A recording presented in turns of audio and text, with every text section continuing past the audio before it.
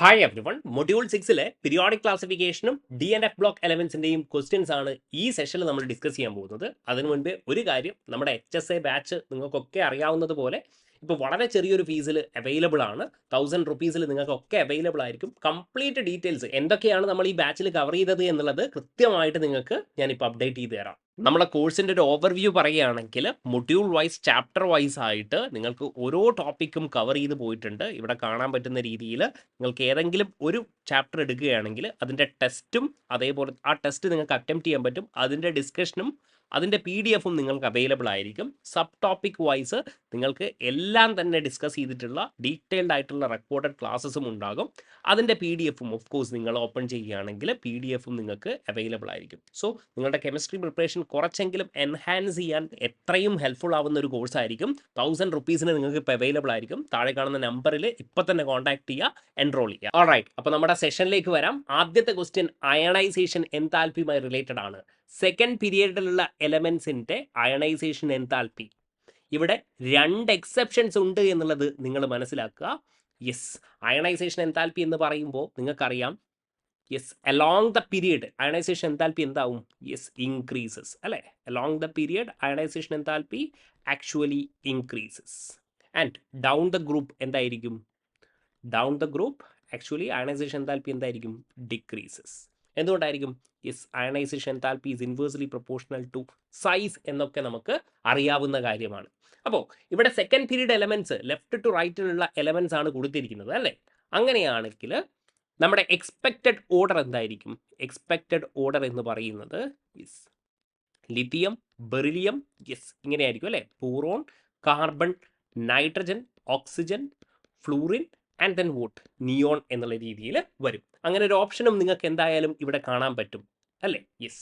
പക്ഷേ ഇവിടെ എക്സെപ്ഷൻസ് ഉണ്ട്. ഞാൻ പറഞ്ഞതുപോലെ എന്തുകൊണ്ടായിരിക്കും? ഇവിടെ നോക്കിയേ, ബെറിലിയത്തിൻ്റെ കേസ് ആണെങ്കിൽ 1s2 2s2 ആണ് അല്ലേ? യെസ്. ഇവിടെ എന്താണ്? ഫുൾഫിൽഡ് കോൺഫിഗറേഷൻ ആണ്. Fulfilled configuration, electronic configuration. അതേസമയം ബോറോണിൻ്റെതാകുമ്പോഴോ, യെസ്, നോക്കി, it is 1s2 2s2 2p1 അല്ലേ? അതേപോലെ നിങ്ങൾ ഇവിടെ നോക്കുകയാണെങ്കിൽ നൈട്രജൻ്റെ കോൺഫിഗറേഷൻ എന്തായിരുന്നു? 1s2 2s2 2p3 ആണ്. അതായത് ഇതെന്തായിരിക്കും? ഹാഫ് ഫിൽഡ് ആയിരിക്കും. അതായത് ഫുള്ളി ഫിൽഡും ഹാഫ് ഫിൽഡും ആണെങ്കിൽ ഇവർക്ക് എന്തുണ്ടാവും? എക്സ്ട്രാ സ്റ്റെബിലിറ്റി ഉണ്ടാവും അല്ലേ? They possess what? Extra stability. Consecutively അതുകൊണ്ട് തന്നെ ഇവരുടെ അയണൈസേഷൻ എൻതാൽപ്പി എന്തായിരിക്കും? കുറച്ച് കൂടുതലായിരിക്കും. അപ്പോൾ ഇവരുടെ കറക്റ്റ് ഓർഡർ എന്താണ് വരിക? യെസ്, നമ്മൾ എഴുതുകയാണെങ്കിൽ lithium, then comes what? Boron. ബെറിലിയത്തിന് ബോറോണിനേക്കാൾ കുറച്ച് കൂടുതലായിരിക്കും ionization enthalpy. Then comes what? Yes, carbon. Then comes oxygen, nitrogen, fluorine and what? Neon. അപ്പോൾ ഈ നൈട്രജൻ്റെ കേസും അതേപോലെ തന്നെ ബോറോൺ ബെറിലിയത്തിൻ്റെ കേസും നിങ്ങൾ മനസ്സിലാക്കുക. സോ നമ്മുടെ ഓപ്ഷൻ എന്തായിരിക്കും? യെസ്, പറഞ്ഞോളൂ. Yes, lithium, boron, beryllium, carbon, oxygen, nitrogen, fluorine, neon എന്ന് പറയും. That is option C. അടുത്ത ചോദ്യം നോക്കിക്കോളെ. താഴെ കൊടുത്തിരിക്കുന്നതിൽ ഏത് ഓക്സൈഡ് ആണ് ഏറ്റവും അസിഡിക് എന്നാണ് ചോദിച്ചിരിക്കുന്നത്. അപ്പോൾ ഒരൊറ്റ കാര്യം മനസ്സിലാക്കുക, നോൺ മെറ്റാലിക് ഓക്സൈഡ് ആണെങ്കിൽ, നോക്കണേ, നോൺ മെറ്റാലിക് ഓക്സൈഡ് ആണെങ്കിൽ ഇവരെന്തായിരിക്കും? അസിഡിക് ഇൻ നേച്ചർ ആയിരിക്കും. They are acidic in nature. അപ്പോൾ നോൺ മെറ്റാലിക് ഓക്സൈഡ് ഒരു എക്സാമ്പിൾ പറയുകയാണെങ്കിൽ, ഒരു നോൺ മെറ്റൽ എടുത്തോ, കാർബൺ, കാർബണിൻ്റെ ഓക്സൈഡ്. നൈട്രജൻ നോൺ മെറ്റൽ അല്ലേ, N2O5. ഇവരൊക്കെ എന്തായിരിക്കും? അസിഡിക് ഓക്സൈഡ് ആയിരിക്കും. ഇനി നേരെ തിരിച്ച് പറയുകയാണ്, മെറ്റാലിക് ഓക്സൈഡ് ആണെങ്കിലോ, നോക്കിക്കോളെ, മെറ്റാലിക് ഓക്സൈഡ്. ഓക്കെ, ഇവിടെ കൊടുത്തതുപോലെ കാൽഷ്യം ഓക്സൈഡ് എന്തായിരിക്കും? കാൽഷ്യം എന്താണ്? ഒരു മെറ്റലാണ്. യെസ്. അപ്പോൾ ഇവരെന്തായിരിക്കും ഇവിടെ? യെസ്, ബേസിക് ഇൻ നേച്ചർ ആയിരിക്കും. ഇത്രയേ ഉള്ളൂ കാര്യം. ഓക്കെ, ഇവിടെ നോക്കിയേ, മഗ്നീഷ്യം, അലൂമിനിയം, കാൽഷ്യം, ഇവരൊക്കെ എന്താണ്? ഒരു മെറ്റലാണ് അല്ലേ? അങ്ങനെയാണെങ്കിൽ ബേസിക് ആയിരിക്കും. ആൻഡ് ഓഫ് കോഴ്സ് അലൂമിനിയത്തിൻ്റെ ഓക്സൈഡ് എന്തായിരിക്കും? ആംഫോടെറിക് ആയിരിക്കും എന്നുള്ളത് നമ്മൾ മനസ്സിലാക്കേണ്ട കാര്യമാണ്. അലൂമിനിയത്തിൻ്റെ ഓക്സൈഡ് എന്താണ്? ആംഫോടെറിക് ഇൻ നേച്ചറാണ്. അപ്പോൾ സ്വാഭാവികമായിട്ടും ഫോസ്ഫറസിൻ്റെ ഓക്സൈഡ് എന്തായിരിക്കും? ഫോസ്ഫറസ് നോൺ മെറ്റൽ ആണെങ്കിൽ ഇവരെന്തായിരിക്കും ഇവിടെ? അസിഡിക് ഇൻ നേച്ചർ ആയിരിക്കും. ക്ലിയർ ആണല്ലോ? ഓക്സൈഡ്സിൻ്റെ ചോദ്യം ചോദിക്കും. ഓൾറൈറ്റ്. ഇനി മൂന്നാമത്തെ ക്വസ്റ്റ്യൻ നോക്കിയേ, 1 and 2 എന്ത് ചെയ്യണം? മാച്ച് ചെയ്യണം. അപ്പോൾ ഇതേപോലെ നേരത്തെ പറഞ്ഞ അതേ കോൺസെപ്റ്റ് ആണ് അല്ലേ? Al2O3 ഞാൻ ഓൾറെഡി പറഞ്ഞിട്ടുണ്ട്. 2 എന്താണ്? ആംഫോടെറിക് ആണ്. മാർക്ക് ചെയ്തോളൂ. അപ്പോൾ 2D ആയിട്ട് വരുന്നത് ഏതാണ്? സോറി 2D ആയിട്ട് വരുന്നത് ഏത് ഓപ്ഷനാണ്? ഇവിടെ നോക്കിയേ 2D, ഇതാ സിയും വരുന്നുണ്ട്, അതേപോലെ ഡിയും വരുന്നുണ്ട്. ഇനി ഞാൻ പറഞ്ഞിട്ടുണ്ട് സോഡിയം ഓക്സൈഡ്, സോഡിയം എന്താണ്? മെറ്റലാണ്. അങ്ങനെയാണെങ്കിൽ എന്തായിരിക്കും? ബേസിക് ഓക്സൈഡ് ആയിരിക്കും. 1 എന്താണ്? ബി. Okay, 1B. അപ്പോൾ തന്നെ നമുക്ക് ആൻസർ കിട്ടി. ബാക്കിയുള്ളതും കൂടെ നമുക്കൊന്ന് നോക്കാം. 4 എന്താണ്? ക്ലോറിൻ, നോൺ മെറ്റൽ ആണല്ലോ. യെസ്, എന്തായിരിക്കും? അസിഡിക് ആയിരിക്കും. 4 എന്താണ്? C. Okay, N2O. Okay, laughing gas എന്നൊക്കെ നമ്മൾ പറയുന്നത് എന്തായിരിക്കും? യെസ്, 3A ആയിരിക്കും. ഓക്കെ, അപ്പോൾ എന്തായിരിക്കും? ഓപ്ഷൻ ഡി നമ്മുടെ കറക്റ്റ് ആയിട്ടുള്ള ആൻസർ ആയിരിക്കും. അപ്പോൾ കുറച്ച് കാര്യങ്ങളൊക്കെ നിങ്ങൾക്ക് അറിയാമെങ്കിൽ ഈസി ആയിട്ട് നിങ്ങൾക്ക് ക്വസ്റ്റ്യനിലേക്ക്, ആൻസറിലേക്ക് വരാം. ഓൾറൈറ്റ്, 4ാമത്തെ question. Ionization enthalpy of nitrogen is higher than oxygen. നമ്മൾ ഓൾറെഡി പറഞ്ഞു കഴിഞ്ഞു. എന്തുകൊണ്ടാണ്? നൈട്രജന് ഹാഫ് ഫിൽഡ് കോൺഫിഗറേഷൻ ആണ് അല്ലേ? P3 കോൺഫിഗറേഷൻ ആയതുകൊണ്ട് എക്സ്ട്രാ സ്റ്റെബിലിറ്റി ഉണ്ടാകും. ക്ലിയർ ആണല്ലോ? യെസ്. നെക്സ്റ്റ് വൺ, കുറച്ച് കാര്യങ്ങൾ കൊടുത്തിട്ടുണ്ട്. ഇതിൽ ഏതാണ് റോങ് എന്നാണ് ചോദിച്ചിരിക്കുന്നത്. ഓക്കെ, ഒത്തുചേരാത്തത് റോങ് ആണ് ചോദിച്ചിരിക്കുന്നത്. അപ്പോൾ ഇവിടെ നോക്കിക്കോളൂ. ആദ്യത്തെ ഈ ഒരു കാര്യം ഓൾറെഡി പറഞ്ഞതാണ് അല്ലേ? ബോറോൺ, കാർബൺ, ഓക്സിജൻ, നൈട്രജൻ്റെ കാര്യം. ഓക്കെ, ഇത് നമുക്കറിയാം. ഫസ്റ്റ് അയണൈസേഷൻ എൻതാൽപ്പി ഇത് കറക്റ്റ് ആണെന്ന് നമ്മൾ പറഞ്ഞു. അടുത്ത നോക്കിയേ, ഓപ്ഷൻ സി ഒന്ന് നോക്കിയേ. യെസ്, ഇൻക്രീസിങ് അയോണിക് സൈസ് ആണ് കൊടുത്തിരിക്കുന്നത്. അപ്പോൾ ഏതൊക്കെയാണ് കൊടുത്തിരിക്കുന്നത്? Al3+, ഇത് ചോദിക്കുന്ന ചോദ്യമാണ് കേട്ടോ. Al3+, Mg2+, അതേപോലെ എന്താണ്? O2-, സോറി O2- ആയിരിക്കത്തില്ല, Na+ and F-. Na+ and F-. അപ്പോൾ നിങ്ങൾക്ക് ഒരു കാര്യം മനസ്സിലായിട്ടുണ്ടാവും. These are iso electronic species. These are iso electronic species. ഇവർക്കൊക്കെ എത്ര ഇലക്ട്രോൺ ആണ്? 10 ഇലക്ട്രോൺസ് ആണ്.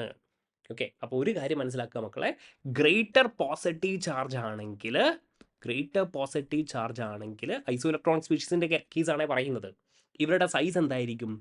സൈസ് സ്മോളർ ആയിരിക്കും. സ്മോളർ. ഓക്കെ, ഇനി ഗ്രേറ്റർ നെഗറ്റീവ് ചാർജ് ആണെങ്കിലോ? യെസ്, ഗ്രേറ്റർ നെഗറ്റീവ് ചാർജ് ആണെങ്കിൽ ഇവരുടെ സൈസ് എന്തായിരിക്കും? ലാർജർ ആയിരിക്കും. ഓക്കെ, ഇവിടെ വേണമെങ്കിൽ എനിക്ക് ഒരാളെ കൂടെ ആഡ് ചെയ്യാം. ആരാണ്? O2-.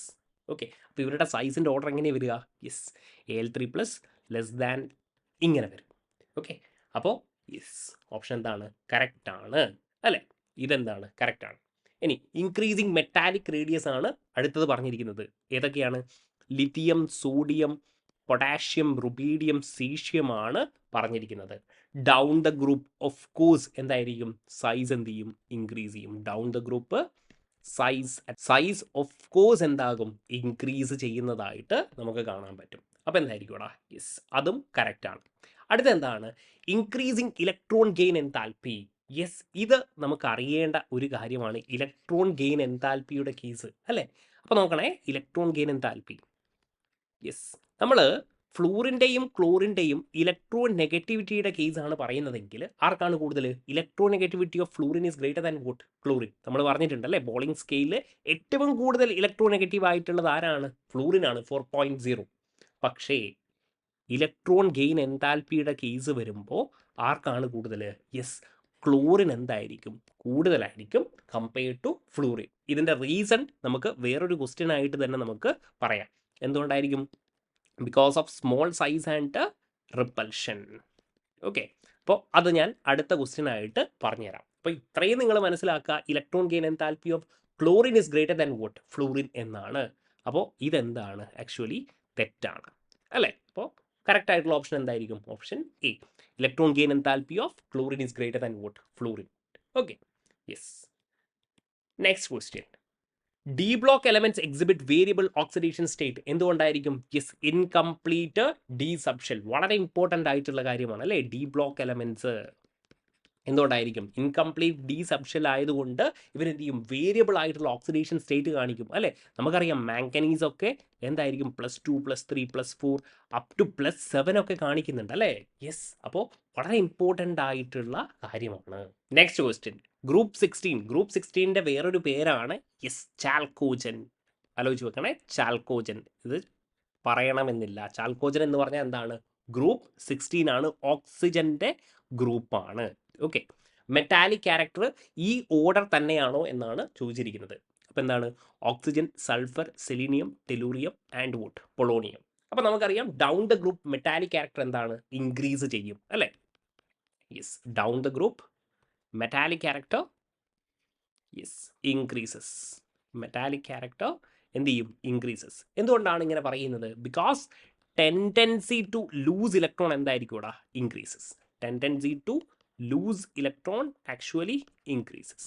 ഓക്കെ, അപ്പോൾ ഇതെന്താണ്? ഈ സ്റ്റേറ്റ്മെൻറ്റ് ആക്ച്വലി ട്രൂ ആണ്. Next one, atomic radius of AL is less than vote? Magnesium. Simple ആയിട്ടുള്ള ഒരു ക്വസ്റ്റൻ ആണ്. മെഗ്നീഷ്യം, അലൂമിനിയം, ഇങ്ങനെയൊക്കെ സിമ്പിൾ ആയിട്ടുള്ള ക്വസ്റ്റ്യൻസ് ഒക്കെ ചോദിക്കും. 12, 13 എന്തായിരിക്കും? അറ്റോമിക് റേഡിയസ് എന്താണ്? അലൂമിനിയത്തിന് കുറവാണ്. എന്തുകൊണ്ടായിരിക്കും?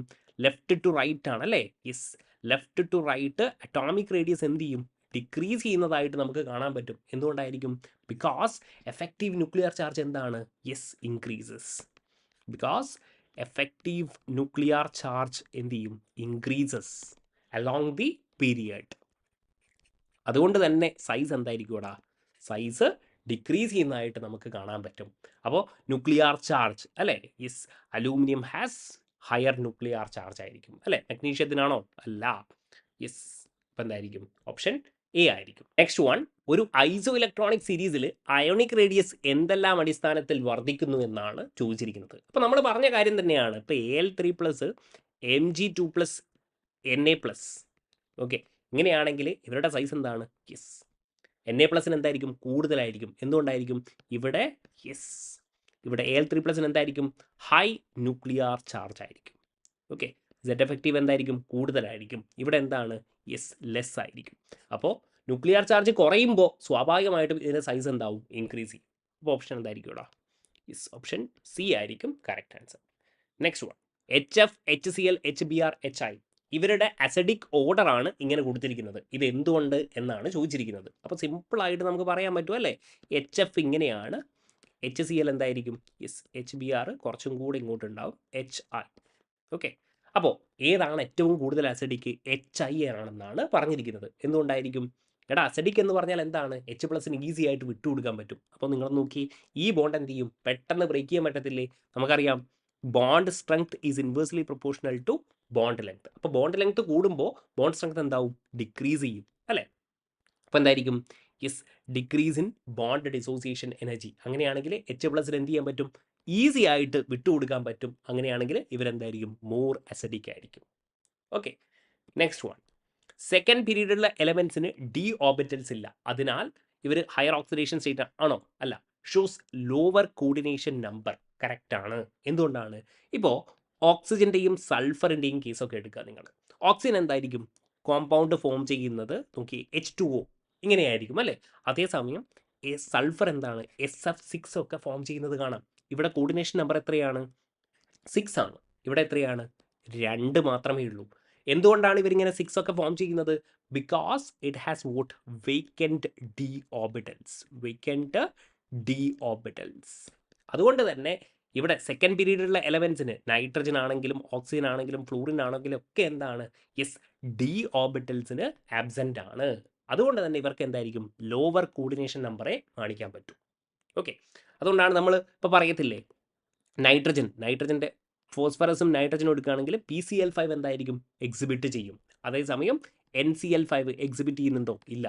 നൈട്രജന് കോർഡിനേഷൻ നമ്പർ 5 ആണോ? അല്ല. നൈട്രജൻ്റെ മാക്സിമം കോർഡിനേഷൻ നമ്പർ എത്രയാണ്? 4 ആണ്. ഇത് ആലോചിച്ച് വെക്കണേ.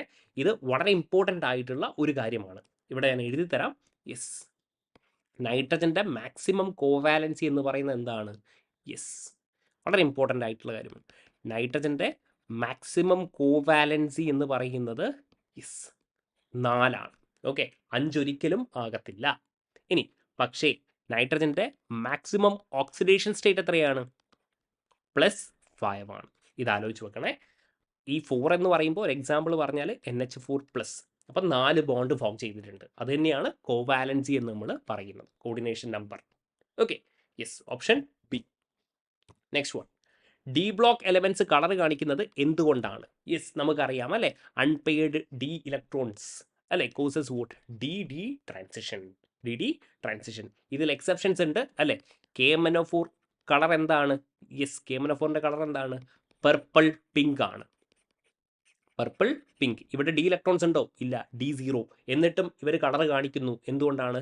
Charge transfer reactions. എന്താണ്? ചാർജ് ട്രാൻസ്ഫർ റിയാക്ഷൻസ് ആയിരിക്കും. Okay, so option C is the correct one. Next one, പോളറൈസബിലിറ്റിയുമായി റിലേറ്റഡ് ആയിട്ടുള്ള ഒരു ക്വസ്റ്റ്യൻ ആണ്. നോബൽ ഗ്യാസസ് ആണ് കൊടുത്തിരിക്കുന്നത് അല്ലേ. അപ്പോൾ പോളറൈസബിലിറ്റി എന്തായിരിക്കും?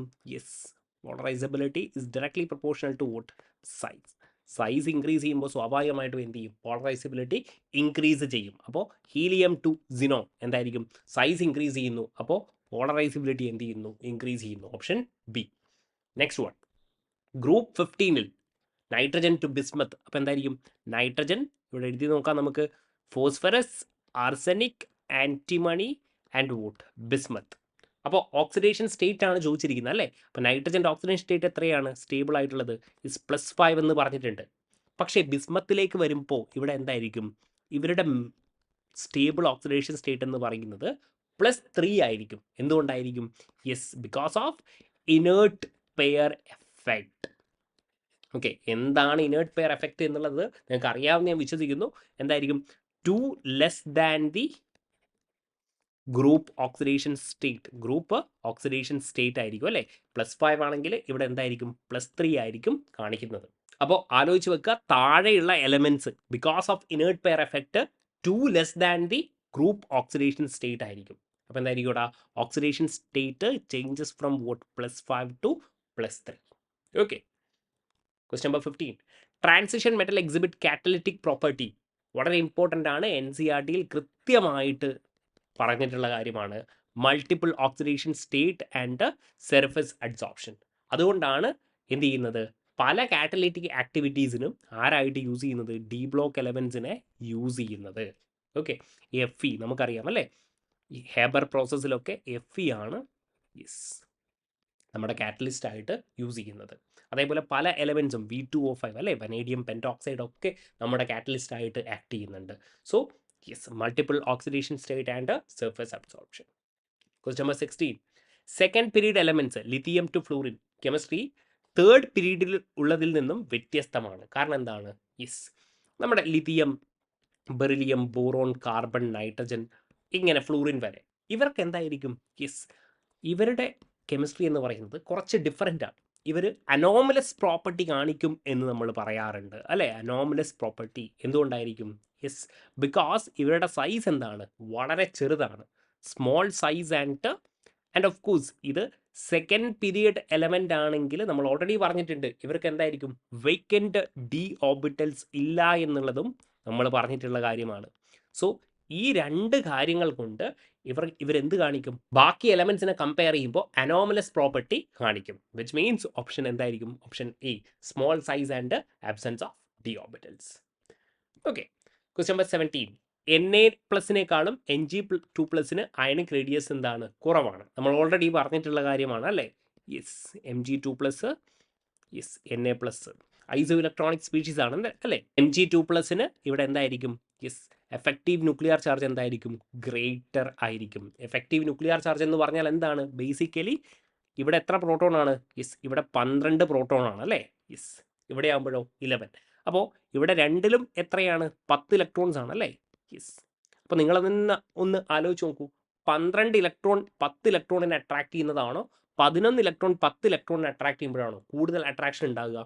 ഓഫ് കോഴ്സ് 12 പോസിറ്റീവ് ചാർജ് എന്താണ്? 10 ഇലക്ട്രോണിനെ അട്രാക്ട് ചെയ്യുമ്പോഴാണ് അല്ലേ. യെസ്, അപ്പോൾ എന്തായിരിക്കും? ഓപ്ഷൻ എ ആണ്. Mg has more protons attracting the same number of electrons എന്നുള്ളത്. അപ്പോൾ എന്തായിരിക്കും? ഇത് തന്നെയാണ് നമ്മുടെ effective nuclear charge. Okay. Question number 18, fluorine is more electronegative than chlorine but electron affinity of chlorine is greater than what? Fluorine. Why? ഇതിൻ്റെ reason ആണ് ഞാൻ പറയുന്നത്. ഈ ഇലക്ട്രോൺ അഫിനിറ്റി എന്ന് പറഞ്ഞാൽ എന്താണ്? നോക്കി, ഫ്ലൂറിൻ ഒരു ഇലക്ട്രോണിനെ അക്സെപ്റ്റ് ചെയ്തിട്ട് F- ആകണം. Okay, yes. അതേപോലെ ക്ലോറിൻ എന്ത് ചെയ്യുന്നു? ഒരു ഇലക്ട്രോണിനെ അക്സെപ്റ്റ് ചെയ്തിട്ട് Cl- ആകുന്നു. ഓക്കെ, പക്ഷെ ഇവിടെ എന്താ പ്രശ്നം എന്ന് പറഞ്ഞാൽ ഫ്ലൂറിൻ എന്ന് പറയുമ്പോൾ 9 ആണ് അറ്റോമിക് നമ്പർ, ക്ലോറിൻ എന്ന് പറയുമ്പോൾ 17 ആണ്. അപ്പോൾ ഫ്ലൂറിൻ നമുക്കൊന്ന് എഴുതി നോക്കാം. 2 then what? 7. ഓക്കെ, 1 2 3 4 5 6 7 എന്നുള്ള രീതിയാണ്. അതേസമയം ക്ലോറിൻ ആകുമ്പോഴോ 2 ഉണ്ട്, അതിനുശേഷം 8 ഇലക്ട്രോൺസ് ഉണ്ടാകും, അതിനുശേഷമേ എന്ത് ചെയ്യുന്നുള്ളൂ? ഇവിടെ 7 ഇലക്ട്രോൺ ഉള്ളൂ. 1 2 3 4 5 6 7. ഓക്കെ, അപ്പോൾ ഇവരെന്താ ചെയ്യേണ്ടത്? ഇലക്ട്രോൺ അഫിനിറ്റി എന്ന് പറഞ്ഞാൽ ഒരു ഇലക്ട്രോണിനെ അക്സെപ്റ്റ് ചെയ്യണം അല്ലേ. അപ്പോൾ നിങ്ങൾ നോക്കിയേ, ഇവിടെ ഒരുപാട് സ്പേസ് വേക്കൻ്റ് ആണ് അല്ലേ? ഇവിടെ എന്താണ് വേക്കൻ്റ് സ്പേസ് ഉണ്ട്, ലാർജ് സ്പേസ് ഉണ്ട് അല്ലേ?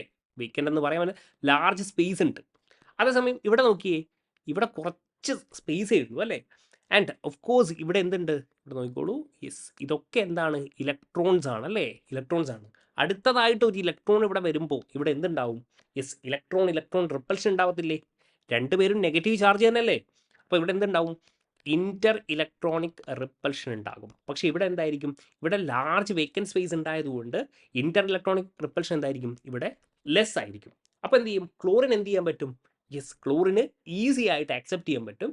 പക്ഷേ fluorine because of small size, ഇവിടെ നോക്കിയേ, because of small size and what Inter electronic repulsion അത്രത്തോളം നല്ല രീതിയിൽ ആക്സെപ്റ്റ് ചെയ്തിട്ടില്ല.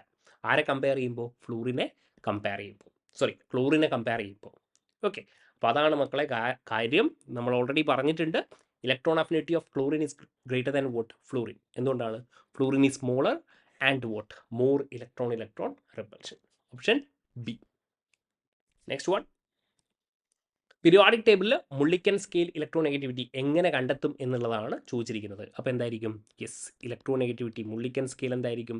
അയണൈസേഷൻ എൻതാൽപ്പിയുടെയും ഇലക്ട്രോൺ അഫിനിറ്റിയുടെയും ആവറേജ് ആയിരിക്കും.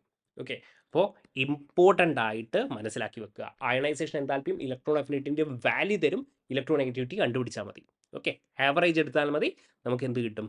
ആൻസർ ഓപ്ഷൻ ബി എന്ന് കിട്ടും. നെക്സ്റ്റ് വൺ, Cr2+ അയോണിൻ്റെ സ്പിൻ ഓൺലി മാഗ്നറ്റിക് മൊമെൻ്റ് ആണ് ചോദിച്ചിരിക്കുന്നത്. അപ്പോൾ ഫോർമുലാസും ഒന്നും തന്നെ നമുക്കിവിടെ ആവശ്യമില്ല. ജസ്റ്റ് നിങ്ങൾ അറിഞ്ഞിരിക്കേണ്ടത് ഇതിൻ്റെ നമ്പർ ഓഫ് അൺപെയ്ഡ് ഇലക്ട്രോൺ ആണ്. Okay, number of unpaired electron നിങ്ങൾ കണ്ടുപിടിച്ച് കഴിഞ്ഞാൽ സ്പിൻ ഓൺലി മാഗ്നറ്റിക് മൊമെൻ്റ് ഒക്കെ നിങ്ങൾക്ക് ഈസി ആയിട്ട് കണ്ടുപിടിക്കാൻ പറ്റും. ഓക്കെ, മാഗ്നറ്റിക് മൊമെൻറ്റും കണ്ടുപിടിക്കാൻ പറ്റും. എങ്ങനെയാണ് നോക്കിക്കോളെ. ഇവിടെ ഇപ്പോൾ Cr എന്ന് പറഞ്ഞാൽ എന്താണ്? 24 ആണ്. ഓക്കെ, അപ്പോൾ ഇതെന്തായിരിക്കും? 4s1 3d5 എന്നുള്ള രീതിയാണ്.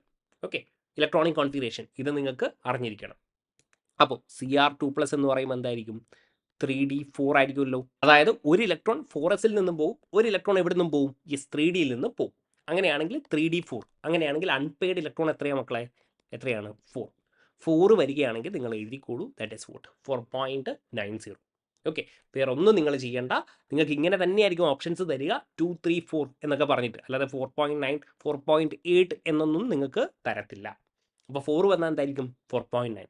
3 വരികയാണെങ്കിൽ 3.87. 5 വരികയാണെങ്കിൽ 5.92. അങ്ങനെയായിരിക്കും നിങ്ങളുടെ ഓപ്ഷൻസ്. വളരെ സിമ്പിളായിട്ട് ആൻസർ കണ്ടെത്താൻ പറ്റും. ഓക്കെ, ഫോർമുലാസ് ഒന്നും തന്നെ യൂസ് ചെയ്യേണ്ട ആവശ്യമില്ല. ഓക്കെ, നെക്സ്റ്റ് വൺ, താഴെ കൊടുത്തിരിക്കുന്നതിൽ ഇൻറ്റർസ്റ്റീഷ്യൽ കോമ്പൗണ്ടിൽ ഏതാണ് ഇൻകറക്റ്റ്? ഇൻറ്റർസ്റ്റീഷ്യൽ കോമ്പൗണ്ട് വളരെ ഇമ്പോർട്ടൻ്റ് ആണ്. NCERT-യിൽ ഇതിൻ്റെ പ്രോപ്പർട്ടീസ് ഡയറക്റ്റ്ലി പറഞ്ഞിട്ടുണ്ട്. യെസ്, അപ്പോൾ നിങ്ങൾക്ക് ഇവിടെ കാണാൻ പറ്റും, ദേ ആർ കെമിക്കലി ഇനേർട്ട് എന്നാണ് പറഞ്ഞിരിക്കുന്നത്. പക്ഷേ ഇവിടെ എന്താ പറഞ്ഞിരിക്കുന്നത്? Chemically reactive. അപ്പോൾ ഇതായിരിക്കും ഇൻകറക്റ്റ്. അതേപോലെ തന്നെ ദ റീറ്റെയിൻ മെറ്റാലിക് കണ്ടക്ടിവിറ്റി, ഇതൊക്കെ ഇവിടെ നിന്ന് ഡയറക്റ്റ് ആയിട്ടുള്ള ചോദ്യങ്ങളാണ്. ഇവിടെയൊക്കെ ഈ പ്രോപ്പർട്ടീസ് ഒക്കെ എന്താണ്? Yes, they have higher melting point than pure metals എന്നൊക്കെ പറയുന്നത് കൃത്യമായിട്ട് നിങ്ങൾ മനസ്സിലാക്കണം. യെസ്, അപ്പോൾ ഈ കാര്യങ്ങളൊക്കെ നിങ്ങളൊന്ന് വായിച്ചു നോക്കുക. They have high melting points higher than those of pure metals. Okay, so they are chemically inert ആയിട്ടുള്ള കാര്യമായിരിക്കും. ആര്? Yes, interstitial compounds. Interstitial compounds. Okay, question number 22, താഴെ കൊടുത്തിരിക്കുന്നതിൽ നോൺ മെറ്റൽ അടങ്ങിയിരിക്കുന്ന അലോയ് ഏതെന്നാണ് ചോദിച്ചിരിക്കുന്നത്. അപ്പോൾ സിമ്പിളായിട്ട് ആൻസർ ചെയ്യാൻ പറ്റും. ഇൻവാർ എന്ന് പറയുന്നത് എന്താണ്? യെസ്, Fe-യും അതേപോലെ എന്തുവാണ്? നിക്കലാണ്. രണ്ടും എന്താണ്? മെറ്റലാണ്. ബ്രാസ് എന്ന് പറയുന്നത് എന്തായിരിക്കും? യെസ്, കോപ്പർ പ്ലസ് സിങ്ക് ആണ്. ബ്രോൺസോ? Yes, bronze is actually copper plus tin ആയിരിക്കും. ഓക്കെ, സ്റ്റീൽ എന്ന് പറയുന്നത് എന്തായിരിക്കും മക്കളെ? യെസ്, Fe-യും കാർബണുമായിരിക്കും. അപ്പോൾ കാർബൺ ഇവിടെ എന്താണ്? നോൺ മെറ്റൽ ആണ്. അപ്പോൾ ഇതെന്തായിരിക്കും? യെസ്, ഒരു നോൺ മെറ്റൽ അടങ്ങിയിരിക്കുന്ന ഒരു അലോയി ആയിരിക്കും. Option B. നെക്സ്റ്റ് വൺ, ഏത് അയോണിനാണ് കളറ് കാണിക്കുന്നത് എന്നാണ് ചോദിച്ചിരിക്കുന്നത്. അപ്പോൾ ഇവിടെ കൊടുത്തിരിക്കുന്നത് ലാന്തനൈഡ്സും അതേപോലെ ഡി ബ്ലോക്ക് എലമെൻസും ആണ്. അപ്പോൾ ഇലക്ട്രോണിക് കോൺഫിഗറേഷൻ എഴുതുന്നത് കൃത്യമായിട്ട് നിങ്ങൾക്ക് അറിഞ്ഞിരിക്കണം. ലന്താനത്തിൻ്റെ കേസ് എടുക്കുകയാണെങ്കിൽ എങ്ങനെയായിരിക്കും ഇലക്ട്രോണിക് കോൺഫിഗറേഷൻ? 57 ആണല്ലേ. സിനോൺ 54 ആണ്. പിന്നെ എന്തായിരിക്കും? 6s2. അപ്പോൾ എന്തായിരിക്കും? 56 ആൻഡ് 5d1. La3+ എന്നാണ് പറഞ്ഞിരിക്കുന്നത്. 3 ഇലക്ട്രോണും പോയി. അപ്പോൾ ഡി ഇലക്ട്രോൺസ് ഉണ്ടോ? ഇല്ല, കളർലെസ്. ഇനി ലുട്ടേഷ്യം ലാസ്റ്റ് ലാന്തനൈഡ് സീരീസിന്റെ ലാസ്റ്റ് എലമെന്റ് ആണ് 71. അങ്ങനെയാണെങ്കിൽ എന്തായിരിക്കും? Xenon 4f14 is 5d1 6s2 എന്നുള്ള രീതിയാണ്. അങ്ങനെയാണെങ്കിൽ 3 ഇലക്ട്രോൺ ഇവിടെ നിന്ന് പോയി. എന്തായിരിക്കും? എഗെയിൻ അൺപെയ്ഡ് ഇലക്ട്രോൺ ഒന്നും തന്നെ ഇല്ല. FF ട്രാൻസിഷൻ കാണിക്കുമോ? ഇല്ല. അങ്ങനെയാണെങ്കിൽ രണ്ടുപേരും എന്തായിരിക്കും? കളർലെസ്. സ്കാൻഡിയം Sc3+, നമുക്കറിയാം അല്ലേ, 21 ആണ്. എന്തായിരിക്കും? 4s2 3d1. 3+ ആണെങ്കിൽ എല്ലാം പോയി, കളർലെസ് ആയിരിക്കും അല്ലേ, നോ ഡി ഇലക്ട്രോൺസ്. അതേസമയം ഇവിടെ എന്തായിരിക്കും? 4s2 3d2 ആണ്. യെസ്, ഇലക്ട്രോണിക് കോൺഫിഗറേഷൻ എഴുതാൻ നിങ്ങൾക്ക് അറിയാമെന്ന് വിചാരിക്കുന്നു. Ti3+ ആണെങ്കിൽ എന്തായിരിക്കും? 3d1. ഒരു ഇലക്ട്രോൺ ഉണ്ടെങ്കിൽ എന്ത് ചെയ്യും? എക്സിബിറ്റ് ചെയ്യും, കളർ എക്സിബിറ്റ് ചെയ്യും. യെസ്, ഓപ്ഷൻ എന്തായിരിക്കും? ബി. Okay, next one 24. താഴെ പറയുന്ന ജോഡികളിൽ സമാന വലിപ്പം ഉള്ളത് ആർക്കാണ്? Yes, because of lanthanide contraction. ആർക്കൊക്കെ ആയിരിക്കും? Yes, zirconium and hafnium have vote? Similar sizes, similar size. And അതുകൊണ്ടാണ് ഇവരെ നമ്മൾ എന്ത് വിളിക്കുന്നത്? കെമിക്കൽ ട്വിൻസ് എന്നൊക്കെ നമ്മൾ വിളിക്കാറുണ്ട്. Chemical twins. Okay, zirconium and hafnium has what? Similar atomic size or ionic radii. അതുകൊണ്ട് തന്നെ ഏതായിരിക്കും? സിർക്കോണിയവും ഹാഫ്നിയവും. Okay, option C. Next one. താഴെ കൊടുത്തിരിക്കുന്നതിൽ ഔട്ടർ ഓർബിറ്റൽ കോൺഫിഗറേഷൻ ഉള്ള മൂലകങ്ങൾ ഏറ്റവും കൂടുതൽ ഓക്സിഡേഷൻ സ്റ്റേറ്റ് ആരാണ് കാണിക്കുന്നതെന്നാണ്. അപ്പോൾ ഇതൊക്കെ നമുക്കറിയാം ഡി ബ്ലോക്ക് എലമെന്റ്സ് ആണ്. ഓക്കെ, ഡി ബ്ലോക്ക് എലമെന്റ്സിൽ 3D സീരീസ് ആണ് കൊടുത്തിരിക്കുന്നത് അല്ലേ. അങ്ങനെയാണെങ്കിൽ മാക്സിമം ഓക്സിഡേഷൻ സ്റ്റേറ്റ് ആരാ കാണിക്കുന്നത്? യെസ്, നമ്മുടെ മാംഗനീസ് ആയിരിക്കും, +7 ഓക്സിഡേഷൻ സ്റ്റേറ്റ്. ഓപ്ഷൻ ബി ആയിരിക്കും correct answer. Okay, yes. Question number 26. താഴെയുള്ള അയണുകളിൽ DD ട്രാൻസിഷൻ കാണിക്കുകയും പാരാമാഗ്നറ്റിസം. രണ്ട് കാര്യങ്ങളാണ് ഇവിടെ പറഞ്ഞിരിക്കുന്നത്. DD ട്രാൻസിഷൻ കാണിക്കുന്നത് ആര്? അതേപോലെ പാരാമാഗ്നറ്റിസം. ഓക്കെ, അപ്പോൾ ബേസിക്കലി നമുക്ക് ഡി സബ്ഷെല്ലിൽ, ഡി ഓർബിറ്റലിൽ എന്ത് വേണം? യെസ്, ഒരു ഇലക്ട്രോൺ എങ്കിലും വേണം. അങ്ങനെയാണെങ്കിൽ പാരാമാഗ്നറ്റിക് ആവാൻ പറ്റൂ, അതേപോലെ DD ട്രാൻസിഷൻ കാണിക്കാൻ പറ്റും. അപ്പോൾ ഇവിടെ കൊടുത്തിരിക്കുന്നതിൽ മക്കളെ നോക്കിക്കോളെ, ക്രോമേറ്റ്, ഡൈക്രോമേറ്റ്. ക്രോമേറ്റിൻ്റെ കളർ എന്താ? യെല്ലോ അല്ലേ. ഡൈക്രോമേറ്റിൻ്റെതോ ഓറഞ്ച് ആണ് അല്ലേ. യെസ്. MnO4- നമ്മൾ പറഞ്ഞിട്ടുണ്ട് purple pink, permanganate, purple pink.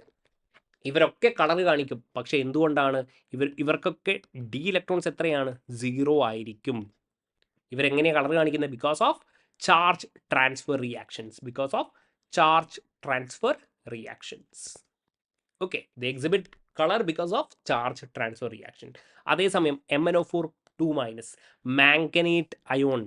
Okay, manganate അയോണിൻ്റെ കളർ എന്താണ്? ഗ്രീൻ അല്ലേ. ഇതായിരിക്കും ഗ്രീൻ കളറാണ്.